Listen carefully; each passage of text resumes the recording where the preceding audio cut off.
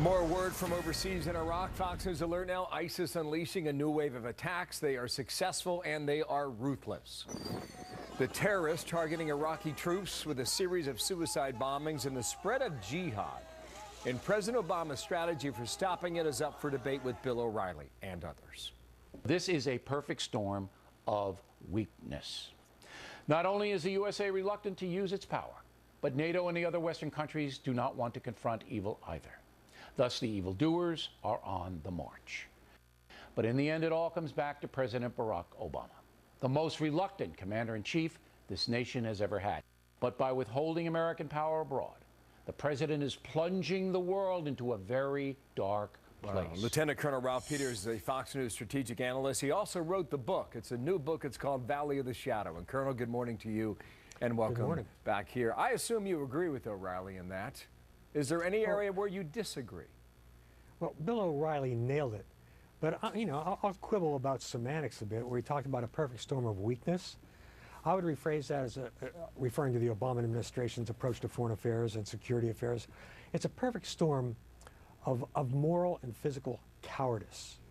And even beyond that, I think when Bill, again, he was right on every major point, but he kept speaking of an Obama foreign policy. Bill, there is no Obama foreign policy. What the Obama administration, the president and his closed circle have, is an ideologically formed set of views, really an ideological straitjacket that they try to apply to reality. And they are absolutely immune to hard data, to hard evidence. They see what Russia does, they see what Iran does, they see what Islamic State does, and they don't change their approach because they are still tied to academic theories. And when I always tell Army officers who are on their way to Ivy League universities for advanced degrees, when the reality confronting you contradicts what you heard in the classroom, believe the reality. The problem is Obama and company still believe what they heard in the classroom. It's left-wing ideology that's so pathetically destructive and inept that words fail me. Okay, now, but what to do about all this, Colonel? And I think one of O'Reilly's big points is that you've got this coalition of nations, and what are they doing? And what are we doing? And how would you change it? Do you want a Marine Expeditionary Unit to go back into Ramadi? You think about the sacrifice that was laid bare by this country in towns like Fallujah. Is the appetite for a repeat of that possibility? Well, no, I think you're falling into Obama's trap, where he sets up, well, it's either what we're doing now, or we're going to send 200,000 men to Iraq and they're all going to die. No, first of all, when you use military force, you got to mean it. And even the Bush administration was too politically correct in its use of the military force. Bill, my maxim is this: send the U.S. military abroad reluctantly, but when you feel they must be sent, fight to win.